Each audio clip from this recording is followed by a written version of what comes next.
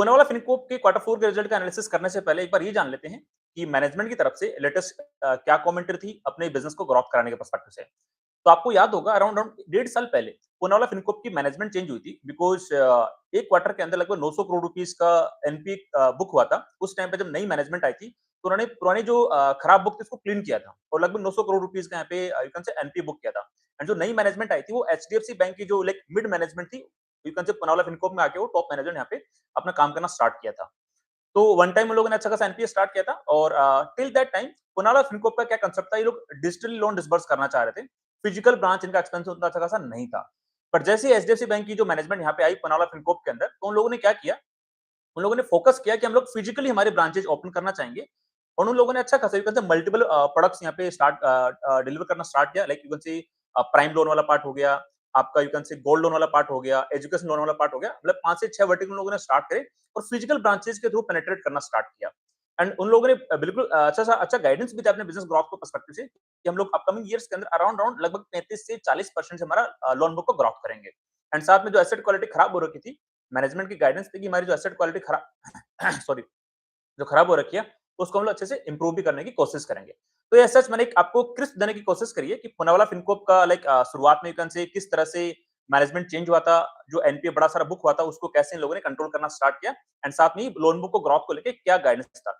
अब एक बार देखते हैं लाइक जो क्वार्टर 4 के लेटेस्ट जो क्वार्टर रिजल्ट आए हैं, उनको एक बार डिस्कस करने की कोशिश करते हैं।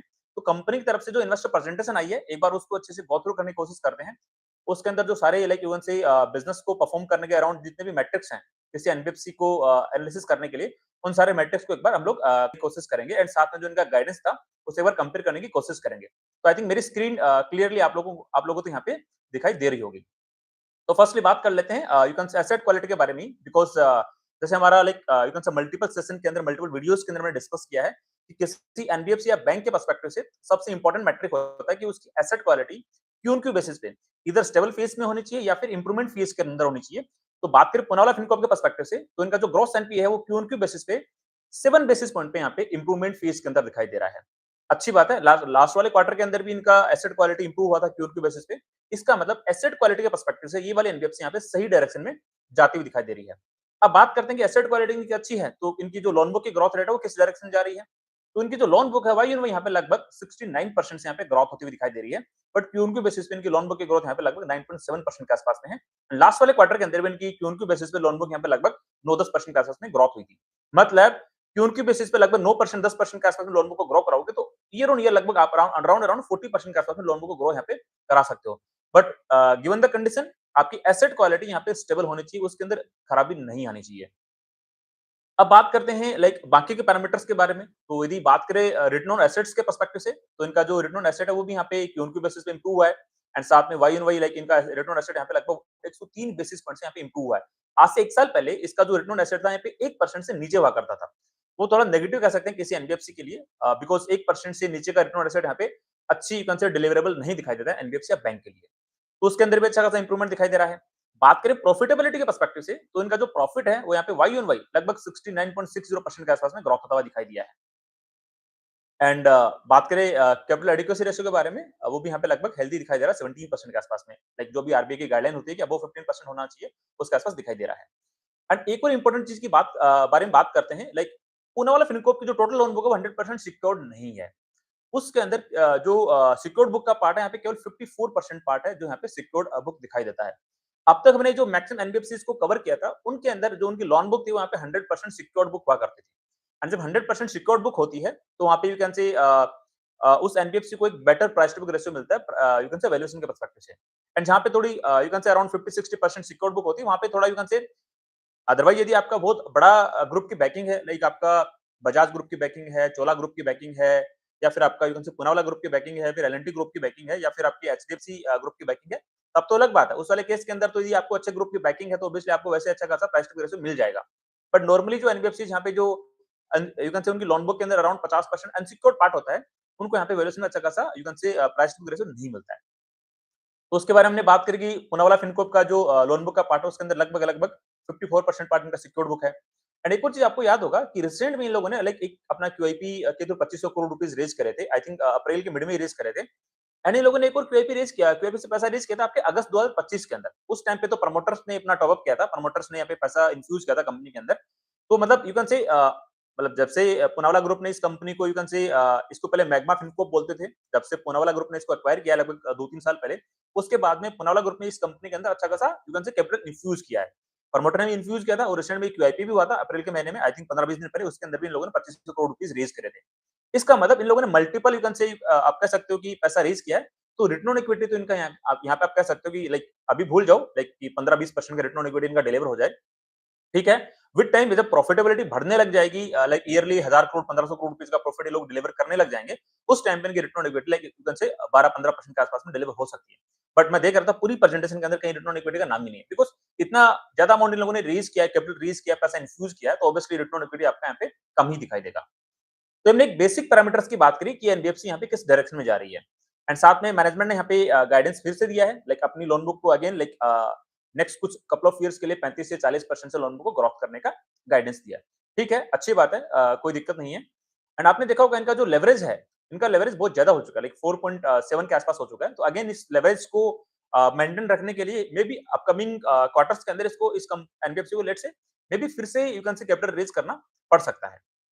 हमने जो बाकी के एनबीएफसीज यहाँ पे डिस्कस करी है लाइक यू कैन से आपने एसबीएफसी फाइनेंस के बारे में डिस्कस किया है, इंडिया सेक्टर फाइनेंस के बारे में डिस्कस किया है, कैप्री ग्लोबल के बारे में डिस्कस किया है। उनका जो लेवरेज रेशियो है वो लगभग यू कैन से 3.5 या 2.8 के आसपास हुआ करता था, बट पुनावाला फिनकोप का लेवरेज रेशियो यहाँ पे बहुत ज्यादा है। एंड जब लेवरेज बहुत ज्यादा हो जाता है तो यू कैन से उस एनबीएफसी को बारी बारी से नई कैपिटल की यहाँ पे जरूरत पड़ती रहती है। तो यहाँ पे ये लाइक साफ-साफ करती हुई दिखाई दे रही है। एंड बात करें यू कैन से जो इन लोगों ने एचडीएफसी बैंक की जो मैनेजमेंट आई थी पुनावाला फिनकॉर्प के अंदर, इन लोगों ने जो 6 नए वर्टिकल स्टार्ट करे थे, उनके अंदर भी यू कैन से अच्छे खासे नए डिसबर्समेंट कर रखे हैं लोगों ने। यू कैन से क्वार्टर 4 के अंदर स्पेसिफिकली 3000 करोड़ रुपीस की यहाँ पे डिसबर्समेंट करी है।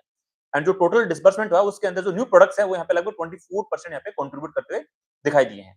ठीक है, अच्छी बात है, मतलब जो नए वर्टिकल स्टार्ट करे थे नई मैनेजमेंट ने, उसके अंदर यहाँ पे अच्छी खासी यू कैन से बिजनेस मोमेंटम यहाँ पे दिखाई दे रहा है।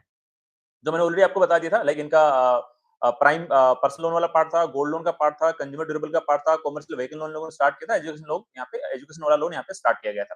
ठीक है, अच्छी बात है। मतलब उतना मैं इतना डीप में नहीं जाऊंगा सेगमेंट वाइज, वहाँ ओवरऑल बता दिया कि जो नए डिसबर्समेंट हो रहे हैं उसके अंदर 24% कंट्रीब्यूट करता है वो नए वाले प्रोडक्ट यहाँ पे जो स्टार्ट किए थे नई वाली मैनेजमेंट ने आके। अब जो बाकी के पैरामीटर्स एक बार पुनावाला फिनकॉर्प के, उनको भी एक बार डिस्कस करने की कोशिश करते हैं। लाइक इनका किस तरह से इनका बिज़नेस यहाँ पे परफॉर्म करता हुआ दिखाई दे रहा है। हाँ, तो मैनेजमेंट ने यहाँ पे ये भी शेयर किया है कि इनके जो मल्टीपल टाइप ऑफ प्रोडक्ट्स हैं, उनपे लाइक उनका एवरेज टिकट साइज़ क्या होता है, उनपे हमें कितनी यील्ड मिलती है एंड साथ में हमारे टोटल एयूएम का कितना परसेंट पार्ट वो यहाँ पे कंट्रीब्यूट करते हैं। तो लाइक जो प्राइम पर्सनल लोन है, यहाँ पे यील्ड लगभग 13 टू 16% के बीच में मिलती है और वो टोटल एयूएम का 8% के आसपास में है। बात करें गोल्ड लोन के पर्सपेक्टिव से, जो एक नया वर्टिकल है जिसके लिए इस एनबीएफसी ने यहाँ पे 400 ब्रांचेज ओपन करी है, यहाँ पे रैपिडली एक्सपेंड करना चाह रहे हैं। कोई भी एनबीएफसी यहाँ पे गोल्ड लोन पे अच्छा खासा फोकस कर रही है। उसके अंदर इनकी जो यील्ड है वो काफी वेरिएंस यहाँ पे दिखाई दे रहा है, लाइक 11 से 28% के आसपास में। करंटली लोन बुक का 2% के आसपास में है। एजुकेशन लोन यहाँ पे लगभग लोन बुक 1% के आसपास में है। लोन पे यील्ड यहाँ पे लगभग 10 से 13% के आसपास में है। कंज्यूमर ड्यूरेबल वाला भी अभी टोटल लोन बुक 1% के आसपास में है और ये जो यील्ड मिलती है लोन पे लगभग अप टू 35% के आसपास मिलती है। मतलब अच्छा खासा यहाँ पे हाई यील्डिंग प्रोडक्ट है ये वाली एनबीएफसी का। कमर्शियल व्हीकल लोन की बात करें तो यू कैन से 2% कंट्रीब्यूट करता है अपने लोन बुक का और लगभग 10 से 20% के आसपास में इनका यू कैन से डिसबर्समेंट लाइक यील्ड रहता है। शॉपकीपर लोन यू कैन से छोटा-मोटा एमएसएमई लोन होता है, वो यहाँ पे लगभग 18 से 22% के आसपास में करंटली बहुत ही कम एयूएम के अंदर कंट्रीब्यूट करता है। तो मेजॉरिटी ऑफ द इनके जो प्रीवियस जिन पे फोकस हुआ करता था, वो वाला पार्ट यहाँ पे एक बार डिस्कस करते हैं। लाइक जो इंस्टेंट कंज्यूमर लोन है, वो इनकी लोन बुक अराउंड 19% के आसपास में है और ये अपने यील्ड इनका लगभग 22 से 29% के आसपास में यू कैन से आपका ये यहाँ पे यील्ड चार्ज करते हैं। तो इसी के अंदर यू कैन से थोड़ा बहुत एनपी यहाँ पे देखने को मिला था, जिसके कारण एक बड़ा अमाउंट इनको अपना यू कैन से एसेट क्वालिटी के अंदर खराब एनपी का बुक करना पड़ गया था, आज से लगभग 1.5 साल पहले। लोन अगेंस्ट प्रॉपर्टी की बात करें तो सिक्योर्ड लोन है, 28% पार्ट कंट्रीब्यूट करता है, इस पे यील्ड ऑब्वियसली कम मिलेगी बिकॉज़ सिक्योर्ड प्रोडक्ट है। प्री ओन्ड कार लोन इनका लाइक 9% का ईएमआई में कंट्रीब्यूट करता है, इन पे यील्ड लगभग 14 से 16% के आसपास में है। बात करें बिजनेस लोन के पर्सपेक्टिव से तो लगभग उसपे यील्ड मिलती है 17 टू 22% के बीच में एंड लाइक बिजनेस लोन की लोन बुक का 12% कंट्रीब्यूट करता है। मतलब जो भी अपन बात कर रहे थे ना, जो ऊपर बात किया था शॉपकीपर वाला, दैट वाज माइक्रो एमएसएमई और जो बिजनेस लोन है जहाँ पे average ticket size like 5 lakh से 1 करोड़ के बीच में है, यहाँ पे यू कैन से मिड साइज ऑफ जो एमएसएमईज होती है उनको यहाँ पे लोन दिया जाता है। मिड मार्केट मतलब जो दूसरी एनबीएफसीज हैं जिनको यहाँ यू कैन से इनसे पैसा रेज़ करना है, उनको ये 10 से 12% का यील्ड चार्ज करते हैं और 15% एयूएम को कंट्रीब्यूट करता है। और यू कैन से जो मशीनरी इक्विपमेंट और जो प्रोफेशनल लोन है यहाँ पे लगभग लोन बुक 81% कंट्रीब्यूट करता है। ठीक है, हमने एक बार डिस्कस करने की कोशिश करी कि यार कि टोटल लोन बुक के अंदर क्या-क्या पार्ट है, कितने-कितने सेगमेंट है और उनका टोटल लोन बुक के अंदर किस-किस तरह से कंट्रीब्यूशन होता है और लोन पीरियड यहाँ पे क्या मिलती हुई दिखाई देती है। और जैसे हमने डिस्कस किया कि इन लोगों ने ऑलरेडी लाइक यू कैन से अपना ब्रांच एक्सपेंशन अच्छा खासा करना स्टार्ट कर दिया है, तो उसके बारे में बताया गया। अभी वो डायरेक्टली डिस्कस करते हैं जो फाइनेंशियल पैरामीटर्स है ना, उसके बारे में फोकस कर रहे हैं बिकॉज़ किसी एनबीएफसी का कोर यहीं से निकल के आता है। तो फर्स्टली बात कर लेते हैं एसेट क्वालिटी के बारे में, जो हमने ऑलरेडी लाइक क्यू बेसिस पे डिस्कस कर लिया था, बट यहाँ पे आप देख पा रहे होंगे लास्ट के 4-5 क्वार्टर से कंसिस्टेंटली इनकी एसेट क्वालिटी यहाँ पे इंप्रूवमेंट फीस के अंदर है। तो यहाँ पे आपको दिखाई आई थिंक दे रहा होगा लाइक 1.84% का इनका ग्रॉस एनपीए था, वहाँ पे कंसिस्टेंटली इंप्रूवमेंट दिखाई दे रहा है लास्ट के 5 क्वार्टर से। एंड यदि बात करें यू कैन से एसेट अंडर मैनेजमेंट के बारे में, तो वो भी यहाँ पे कंसिस्टेंटली ग्रोथ कर रहा है और अच्छी खासी ग्रोथ दिखाई दे रही है। हाँ, ये कह सकते हैं लाइक पिछले लगभग यू कैन से 2-3 क्वार्टर से इनकी जो क्यू बेसिस पे जो लोन बुक की ग्रोथ है, एसेट एयूएम की जो ग्रोथ है, वहाँ पे लगभग 8-9-10% के आसपास में थोड़ी स्टैग्नेंट आ गई है। जो इनका गाइडेंस भी है 35 से 40% के बीच में लोन बुक को ग्रोथ करना है भाई, उसको यहाँ पे फुलफिल करते हुए दिखाई दे रहे हैं। साथ में बात करते हैं ऑपरेटिंग लिवरेज के बारे में। यदि वाली एनबीएफसी यहाँ पे शुरुआत में अच्छा खासा ब्रांच एक्सपेंशन पे खर्चा करती है, तो जब वो ब्रांच थोड़ा-थोड़ा मैच्योर होगी, तो यहाँ पे इनको यू कैन से थोड़ा ऑपरेटिंग लिवरेज मिलेगा। इससे इनका जो कॉस्ट टू इनकम रेशियो है और ओपेक्स रेशियो यहाँ पे कंसिस्टेंटली इंप्रूवमेंट फीस के अंदर दिखाई देगा। तो यहाँ पे आप देख पा रहे होंगे जो इनका ओपेक्स टू ईएम रेशियो है, वो भी यहाँ पे कंसिस्टेंटली इंप्रूवमेंट फीस के अंदर ही दिखाई दिया है। मतलब 4.80% के आसपास में था क्वार्टर 1 एफआई 26 के अंदर, वहाँ से फिर इंप्रूव होते करंटली कहाँ पे दिखाई दे रहा है 4.13% के आसपास में। एंड यही सबसे बड़ा रीजन है कि यदि इनका जो ओपेक्स टू ईएम रेशियो यहाँ पे इंप्रूव हुआ है, जिसकी वजह से इनकी जो प्रॉफिट की ग्रोथ रेट है ना, इनकी लोन बुक की ग्रोथ रेट से ज्यादा दिखाई दे रही है। एंड यही कारण है इनका जो रिटर्न ऑन एसेट है वो भी कंसिस्टेंटली यहाँ पे इंप्रूवमेंट फीस के अंदर दिखाई दे रहा है। एंड जो इनका कॉस्ट टू इनकम रेशियो है, ऑपरेटिंग कॉस्ट है जो किसी अपने ब्रांच की, वो भी यहाँ पे अच्छा खासा इंप्रूव हुआ है। 57% चला गया था क्वार्टर 1 क्वार्टर 2 के अंदर, उससे इंप्रूव हो गया भी करंटली कितना हो गया 45.5% के आसपास में। मतलब शुरुआत में जो बड़ा खर्चा करना था इस एनबीएफसी को अपनी डिजिटल टेक्नोलॉजी के ऊपर, अपने ब्रांच एक्सपेंशन के ऊपर, वो सब कुछ मैक्सिमम अब तक खर्चा करा जा चुका है। अब यहाँ पे इंप्रूवमेंट दिखाई दे रहे हैं ऑपरेशनल कॉस्ट के अंदर, जिससे इनको ऑपरेटिंग लिवरेज मिल रहा है, जिससे इनकी प्रॉफिटेबिलिटी की ग्रोथ भी अच्छी खासी हो रही है। एंड साथ में उसकी वजह से जो इनके रिटर्न रेशियोज हैं वो भी यहाँ पे बात करें रिटर्न ऑन एसेट की, वो भी यहाँ पे इंप्रूवमेंट होता हुआ दिखाई दे रहा है। कुछ और बाकी के फाइनेंशियल पैरामीटर्स है, एक बार उनको भी यू कैन से डिस्कस करने की एक बार कोशिश करते हैं।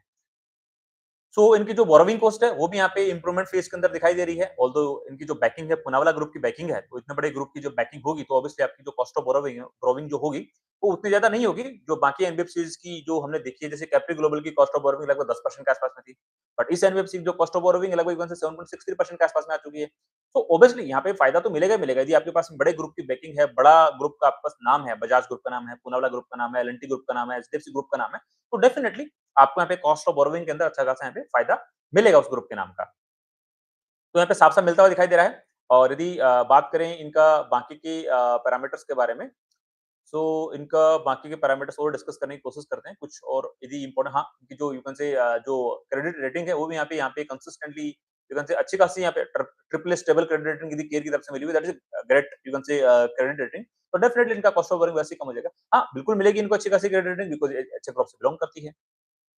बात करें नेट इंटरेस्ट इनकम के पर्सपेक्टिव से, तो यहाँ पे भी लाइक वो तो चलो ठीक है, हमने ऑलरेडी डिस्कस कर लिया है। वाई ऑन वाई 78% से ग्रोथ हुई है। ओपेक्स टू एएम रेशियो हमने डिस्कस कर लिया है और कॉस्ट टू इनकम रेशियो भी हमने डिस्कस कर लिया है। और यहाँ पे एसेट क्वालिटी का इन लोगों ने डिटेल में ट्रेंड दिखाने की कोशिश करी, वो भी हमने ऑलरेडी डिस्कस कर लिया है। लेकिन इनका ग्रॉस एनपीए अच्छा खासा क्यू ऑन क्यू बेसिस पे इंप्रूव हुआ है। आई थिंक जो हमने मेजर ऑफ द पैरामीटर्स जो डिस्कस करे हैं वही यहाँ पे यू कैन से रिपीट हो रहे हैं। तो I think major of the parameter हमने डिस्कस कर लिए हैं। यदि लेट्स से कुछ और एक्सवाइजेड है तो उनको भी कवर करने की कोशिश करते हैं। रिटर्न एसेट डिस्कस कर लिया, बाकी का पैट वाला पार्ट भी डिस्कस कर लिया है, एसेट क्वालिटी भी डिस्कस कर ली है, कॉस्ट ऑफ बोरोइंग भी डिस्कस कर लिया है, नेट इंटरेस्ट इनकम वाला भी डिस्कस कर लिया है। ठीक है, आई थिंक ये बाकी के रिजल्ट वाला पार्ट है जो भी लाइक हमने ऑलरेडी डिस्कस कर ही लिया है। हाँ, एक बार इनका ये भी है लाइक मतलब जो मैक्सिमम तो एनबीएफसीज हैं, लाइक कैप्री ग्लोबल की बात कर लो, लाइक एल&टी फाइनेंस की बात कर लो या फिर बजाज फाइनेंस की बात कर लो, इन सब लोगों ने क्या किया है, ये लोग लाइक एआई ड्रिवन इन लोगों ने टेक्नोलॉजी में अपना यू कैन से एनहांसमेंट किया है, जिसकी वजह से क्या हो रहा है, कस्टमर को ऑटोमेटिक सिस्टम जनरेटेड कॉल जाती है। जब कस्टमर वहाँ पे अपना कंसेंट देता है, उसके बाद में किसी एग्जीक्यूटिव से कनेक्ट कराते हैं और उसको यू कैन से लोन के बारे में समझाते हैं।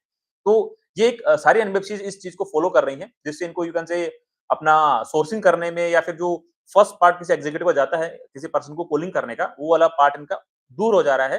वो लोग सिस्टम ड्रिवन ऑटोमेट करके उसको यहाँ पे सोल्व करने की कोशिश कर रहे हैं। मतलब यू कैन से जो इनकी टीम है, जो इनके कॉल सेंटर है 4-5, वहाँ से ये लोग अपनी ऑपरेशंस के अंदर एफिशिएंसी लाने की प्लानिंग कर रहे हैं। वहाँ पे एफिशिएंसी इनकी आ भी रही है। So yo like major of the parameter हमने डिस्कस कर लिए ही हैं। ये मैनेजमेंट के बारे में डिस्कशन है जो मैंने ऑलरेडी वैसे भी डिस्कस कर लिया है और आई थिंक कुछ और पैरामीटर लेट्स से कुछ हैं तो डिस्कस करते हैं। ये शेयर होल्डिंग पैटर्न की आई थिंक थैंक यू ठीक है। हमने पीपीटी में जो भी मेजर ऑफ द डिस्कशन था वो हमने ऑलरेडी कवर कर लिया है, राइट? ठीक है। सो आई थिंक ऐसा कुछ पॉइंट बचा नहीं है इस पीपीटी के अंदर जो हमें डिस्कस करना होगा। हमने मेजर ऑफ द पॉइंट अब इस चीज़ों को थोड़ा समराइज़ करने की कोशिश करते हैं। लाइक यार पूनावाला फिनकोफ को हमें किस एंगल से देखना चाहिए? तो फर्स्टली तो आप ये देखो कि इस एनबीएफसी की जो टोटल लोन बुक है उसके अंदर अराउंड ऑन जो 54% पार्ट यहाँ पे सिक्योर्ड बुक से बिलॉन्ग करता है। तो ये फर्स्ट पैरामीटर सबसे इंपॉर्टेंट पैरामीटर जो आपको अपने ध्यान में रखना चाहिए। यदि आप जो भी ये जो एनबीएफसीज़ हैं जो बड़े ग्रुप से बिलॉन्ग करने वाली हैं, भले आप बात कर लो बजाज फाइनेंस की बात कर लो, एल&टी फाइनेंस की बात कर लो, पूनावाला फाइनेंस की बात कर लो, एचडीबी फाइनेंशियल्स की बात कर लो, इन सब की जो टोटल लोन बुक है वो 100% सिक्योर्ड नहीं है। तो ये चीज़ आपको ध्यान रखनी पड़ेगी कि यार यदि आपको ये एनबीएफसीज़ को एनालिसिस करना है और आपके यू कैन से वॉच लिस्ट का पार्ट बनाना है, तो यहाँ पे ये चीज़ आपको सबसे इंपॉर्टेंट ध्यान में रखनी पड़ेगी। हाँ, जब बैड साइकिल आएगा, तो जो इनकी अनसिक्योर्ड लेंडिंग है, उसके अंदर ग्रोथ एनपीएस बढ़ेंगे, एसेट क्वालिटी खराब होगी। वो अपकमिंग किसी न किसी क्वार्टर में जब झटका लगेगा, तो डेफिनिटली आपको उस चीज़ से अवेयरनेस हो भी जाएगी। बट गिवन द कंडीशन यहाँ पे 54% इन समरी पार्ट में अनसिक्योर्ड 54% पार्ट इनका सिक्योर्ड बुक का है, बाकी अनसिक्योर्ड वाली बुक है। अब बात करते हैं यार पूनावाला फाइनेंस यहाँ पे जो इन्होंने अपनी बिज़नेस ग्रोथ डिलीवर करी है और जो मैनेजमेंट की गाइडेंस है उसको यहाँ पे अचीव भी करते जा रहे हैं। और अपकमिंग कुछ सालों के लिए ये लोग अपनी लोन बुक को 35 से 40% से क्रॉस करने का यहाँ पे गाइडेंस भी दे रहे हैं, उसको यहाँ पे डिलीवर करना भी चाह रहे हैं। और यहाँ पे डिलीवर होता हुआ दिखाई भी दे रहा है लास्ट के 2-3 क्वार्टर से। ये भी अच्छी बात है। और लाइक जो मैंने यदि अपन इसको एसेट क्वालिटी वाले पर्सपेक्टिव से देखें तो वहाँ पे भी यू कैन से ऐसे कोई दिक्कत अभी तो दिखाई नहीं दे रही है। बट हाँ, लेट्स से एक एक एनबीएफसी की मैं कॉन कॉल सुन रहा था। आई थिंक उस कॉन कॉल के अंदर आई थिंक सीएसबी बैंक की मैं कॉन कॉल सुन रहा था। वहाँ पे मैनेजमेंट थोड़ा यू कैन से और कंजर्वेटिव है। वो लोग एग्री लोन और माइक्रो फाइनेंशियल लोन अभी नहीं दे रहे हैं। उनका एक पॉइंट ऑफ व्यू आया था लाइक अपने कॉन कॉल के अंदर कि हम लोग लाइक क्या बोलते हैं जो एल निनो इफेक्ट है यू कैन से जो हमारे इस बार जो यू कैन से क्या बोलते हैं उसको मानसून अच्छे से यहाँ पे नहीं होगा। देयर इज पॉसिबिलिटी जो रूरल एरिया में जो लोन दिए जाएँगे वहाँ पे एसेट क्वालिटी का इश्यू आ सकता है। ये सीएसबी बैंक की मैनेजमेंट ने अभी बोला है, आज से 6-7 महीने बाद की बातें बोली हैं। आई डोंट नो वो किस तरह से टर्न आउट होगा, बट जब भी यू कैन से जब-जब यू कैन से जो अपने इकोनॉमी में थोड़ा दिक्कत आती है, उस टाइम पे जो भी अनसिक्योर्ड लोन्स होते हैं, उनके अंदर एनपीएस यू कैन से थोड़ा इंक्रीज़ हो जाते हैं। उसका इम्पैक्ट जो एनबीएफसीज़ होती हैं, जहाँ पे 100% सिक्योर्ड लेंडिंग नहीं होती, उनको यहाँ पे देखना पड़ता है। तो वो वाला फैक्टर आपको एक बार यहाँ पे देखना पड़ेगा। ऑल्दो एट करंट टाइम पे पूनावाला फिनकॉर्प की जो एसेट क्वालिटी है यहाँ पे अच्छे से इंप्रूव होती हुई दिखाई दे रही है। तो एसेट क्वालिटी के पर्सपेक्टिव से एज़ ऑन डेट ऐसे कोई दिक्कत दिखाई नहीं दे रही है। हाँ, इन लाइक पूनावाला फिनकॉर्प ने यहाँ पे अच्छा खासा कैपिटल इन्फ्यूज़ किया, प्रमोटर ने भी किया था अगस्त 2025 के अंदर। अभी यू कैन से इन लोगों ने क्यूआईपी रेज़ किया इंस्टीट्यूशनल इन्वेस्टर के द्वारा। तो इनका जो रिटर्न ऑन इक्विटी का पार्ट है, उसको इंप्रूव करने में टाइम लगेगा। तो रिटर्न ऑन इक्विटी को अच्छा खासा डिलीवर होने में मेबी लेट्स से 2-3 क्वार्टर लगें, 4-5 क्वार्टर लगे, एक बार वो विद टाइम के साथ में हमें पता लग जाएगा। तो एक ओवरऑल डिस्कशन था बिजनेस के पर्सपेक्टिव से पूनावाला फिनकॉर्प का लाइक जो मैंने मल्टीपल दूसरी एनबीएफसीज भी कवर करी है उनसे जस्ट एक मेजर डिफरेंस है कि जो हमने बाकी एनबीएफसीज कवर करी है वहाँ पे 100% सिक्योर्ड लेंडिंग होती है और यहाँ पे टोटल लोन बुक का 54% पार्ट यहाँ पे सिक्योर्ड बुक का पार्ट है। तो यदि जैसे यदि इकोनॉमी वापस अच्छे वापस फेज के अंदर आती है तो इस तरह के एनबीएफसीज अच्छा खासा अपना बिजनेस ग्रोथ कर पाती है। और जैसे मैनेजमेंट का गाइडेंस भी है 35 से 40% से लोन को ग्रोथ करने का, तो वो कंसिस्टेंटली अचीव भी करे जा रहे हैं। तो यदि ऐसा कोई हेडविंड नहीं आता है और इनके जो अनसिक्योर्ड लेंडिंग का जो पार्ट है उसके अंदर ऐसा कोई दिक्कत नहीं आती है, तो ये मैनेजमेंट कंसिस्टेंटली अपने लोन बुक को यहाँ पे 35-40% से ग्रोथ कर सकती है। तो बिज़नेस पर्सपेक्टिव से अभी कोई दिक्कत नहीं लग रहा है, बस एक पॉइंट था जो मैंने यहाँ पे हाइलाइट करने की कोशिश करी अनसिक्योर्ड लोन बुक का पार्ट वाला। अब एक बार इस एनबीएफसी को थोड़ा वैल्यूएशन के पर्सपेक्टिव से भी एनालिसिस करने की कोशिश करते हैं। तो पूनावाला फिनकॉर्प का स्टॉक करंटली लगभग 3.5 से लगभग 3.7 के आसपास के प्राइस टू रेशियो पे ट्रेड कर रहा है। अब बात आती है कि यदि इस एनबीएफसी को जो बाकी दूसरी बड़ी एनबीएफसीज हैं बड़े ग्रुप के बैकिंग वाले एनबीएफसी उनसे यदि कंपेयर करने की कोशिश करें वैल्यूएशन के पर्सपेक्टिव से, तो आप देखो लाइक बजाज फाइनेंस का स्टॉक यहाँ पे लगभग गगन से 5.6 के प्राइस टू रेशियो पे ट्रेड कर रहा है। चोला फाइनेंस का स्टॉक यहाँ पे लगभग गगन से 5 टू 5.5 के प्राइस टू रेशियो पे ट्रेड कर रहा है। एल&टी फाइनेंस का स्टॉक यहाँ पे लगभग गगन से 3 के प्राइस टू रेशियो पे ट्रेड कर रहा है। एचडीबी फाइनेंशियल का स्टॉक यहाँ पे लगभग गगन से 3.5 3 के आसपास के प्राइस टू रेशियो पे ट्रेड कर रहा है। मतलब जो बड़ी एनबीएफसीज हैं, बड़ी ग्रुप के बैकिंग वाले एनबीएफसीज हैं, उनके स्टॉक को ऑलरेडी यू कैन से 3 के आसपास का प्राइस टू रेशियो तो मिनिमम मिला हुआ है। एंड लाइक चोला फाइनेंस और बजाज फाइनेंस यहाँ पे यू कैन से आउटपेस करते हुए दिखाई देते हैं। तो मैं यदि बात बोलूँ लाइक और हाँ, यदि सबके अंदर यू कैन से लोन बुक ग्रोथ के पर्सपेक्टिव से बात डिस्कशन करें, जो जिन एनबीएफसीज के नाम अभी मैंने आपके सामने लिए हैं, यू कैन से आपके जो बड़े ग्रुप के बैकिंग वाले एनबीएफसीज के नाम जो मैंने लिए हैं, उनके अंदर यू कैन से सिक्योर्ड बुक का पार्ट 100% नहीं है। ये बात बिल्कुल सही है। तो उन सब के कंपैरिजन में यदि एनालिसिस करने की कोशिश करें, तो हाँ, उन सारी 4-5 एनबीएफसीज जो एक बड़े ग्रुप के बैकिंग से बिलॉन्ग करते हैं, उनके अंदर सबसे हाईएस्ट रेट से लोन बुक ग्रोथ करा पा रही है पूनावाला फाइनेंस। तो ये तो अच्छी बात है। तो एंड साथ में एसेट क्वालिटी में भी स्टेबल दिखाई दे रही है। तो ठीक है, अच्छी बात है। तो बट इसके बेसिस पे एक बार ये देख सकते हैं, मतलब इनका यदि हम जानने की कोशिश करें, इसका वैल्यूएशन का री-रेटिंग कब मिलेगा? कब इसका you can say price to book ratio 5 के आस-पास जाएगा, 4.5 के आस-पास जाएगा। बट उसके लिए इस एनबीएफसी को अपना जो रिटर्न ऑन इक्विटी है, उसको बढ़ा के लेके जाना पड़ेगा 16, 18, 19% के आस-पास में। एंड करंटली तो ये वाली एनबीएफसी यहाँ पे अच्छा खासा कैपिटल रेज़ कर रही है, तो उनका रिटर्न ऑन इक्विटी उतना अच्छा नहीं है। तो वो वाला एक बार आपको कंसिस्टेंटली ट्रैक करना पड़ेगा। यदि इनका रिटर्न ऑन इक्विटी लगभग यू कैन से 16, 18, 19% के आस-पास जाता है और रिटर्न ऑन एसेट इनका सपोज़ करो 3% के आस-पास जाता है, उस वाले टाइम पे देयर इज़ पॉसिबिलिटी, मतलब नॉर्मली मैंने देखा किसी एनबीएफसी सपोज़ करो जैसे बड़े ग्रुप से बिलॉन्ग करती है, तो लाइक आप कंपेयर कर लो डायरेक्टली, इसको चोला फाइनेंस से कंपेयर कर लो या फिर बजाज फाइनेंस से कंपेयर कर लो, बिकॉज़ उनका रिटर्न ऑन इक्विटी लगभग यू कैन से 18-20% के आस-पास रहता है। रिटर्न ऑन एसेट भी उनका लगभग ढाई 3 साढ़े 3% के आस-पास रहता है। इसी कारण से उनको एक अच्छा खासा प्रीमियम वैल्यूएशन मिला हुआ है। तो वो उसको अचीव करने के लिए पूनावाला फाइनेंस को भी अपना जो यू कैन से रिटर्न ऑन इक्विटी है उसको बढ़ा के लगभग 18-20% के आस-पास लेके जाना पड़ेगा। ऑल्दो बिज़नेस की ग्रोथ रेट बहुत अच्छी है, 35 से 40% के आस-पास में लोन बुक ग्रोथ करती है, उसमें कोई दिक्कत वाली बात ही नहीं है। बट अगेन बिज़नेस ग्रोथ अच्छी है, लोन बुक ग्रोथ अच्छी है, उस फैक्टर को देखते हुए हो सकता है मार्केट थोड़ा बेटर प्रीमियम वैल्यूएशन दे सकता है इसको in the comparison of HDB financials और एल&टी फाइनेंस, बिकॉज़ उनकी तो लोन बुक की ग्रोथ रेट लगभग यू कैन से एचडीबी फाइनेंशियल्स की लगभग 15% के आसपास होती है, एल&टी फाइनेंस की 20 से 22% के आसपास होती है। तो उनसे तो एक बेटर लोन बुक ग्रोथ का यहाँ पे ट्रैजेक्टरी दिखाई दे रहा है पुनावाला फाइनेंस वाले केस के अंदर। हाँ, उसी कारण से पुनावाला फाइनेंस को यहाँ पे एक बेटर वैल्यूएशन मिला हुआ है उन दोनों एनबीएफसीज के कंपैरिजन में।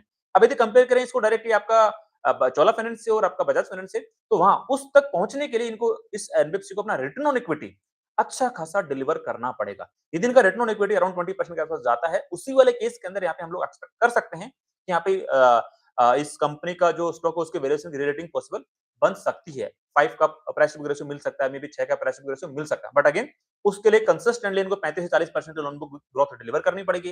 रिटर्न ऑन एसेट को लगभग ढाई 3% साढ़े 3% के आसपास लेके जाना पड़ेगा। साथ में जो रिटर्न ऑन इक्विटी उसको अराउंड अराउंड 18 से 20% के आसपास लेके जाना पड़ेगा। वो भी कंसिडरिंग एसेट क्वालिटी को यहाँ पे स्टेबल रखते हुए।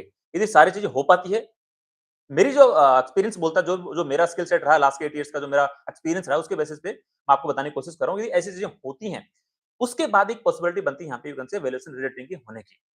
तो ये हमने डिस्कस किया पुनावाला फिनकॉर्प के बारे में। ये मैंने जस्ट एक मेरा पर्सपेक्टिव देने की कोशिश करी है। ये मेरी तरफ से कोई स्टॉक रिकमेंडेशंस बिल्कुल भी नहीं है। तो आप लोग इसको एज़ सच कोई रिकमेंडेशन मत कंसीडर करना। आप लोग अपनी खुद की रिसर्च करना, खुद का एनालिसिस करना एंड जो आपके इन्वेस्टमेंट एडवाइज़र हैं, उनसे डिस्कस करके डिसाइड करना कि आपको इस एनबीएफसी को अपनी वॉच लिस्ट में ऐड करना है या फिर ऐड नहीं करना है। बिकॉज़ मैं बारी-बारी से आप लोगों को बताता रहता हूँ कि I am not a SEBI registered research analyst, I am not a SEBI registered investment adviser. इसलिए मेरे पास कोई राइट नहीं है आप लोगों को रिकमेंडेशन देने का। I am not authorised person to give any recommendation to you guys. तो प्लीज़ इसको एज़ अ रिकमेंडेशन मत लेना।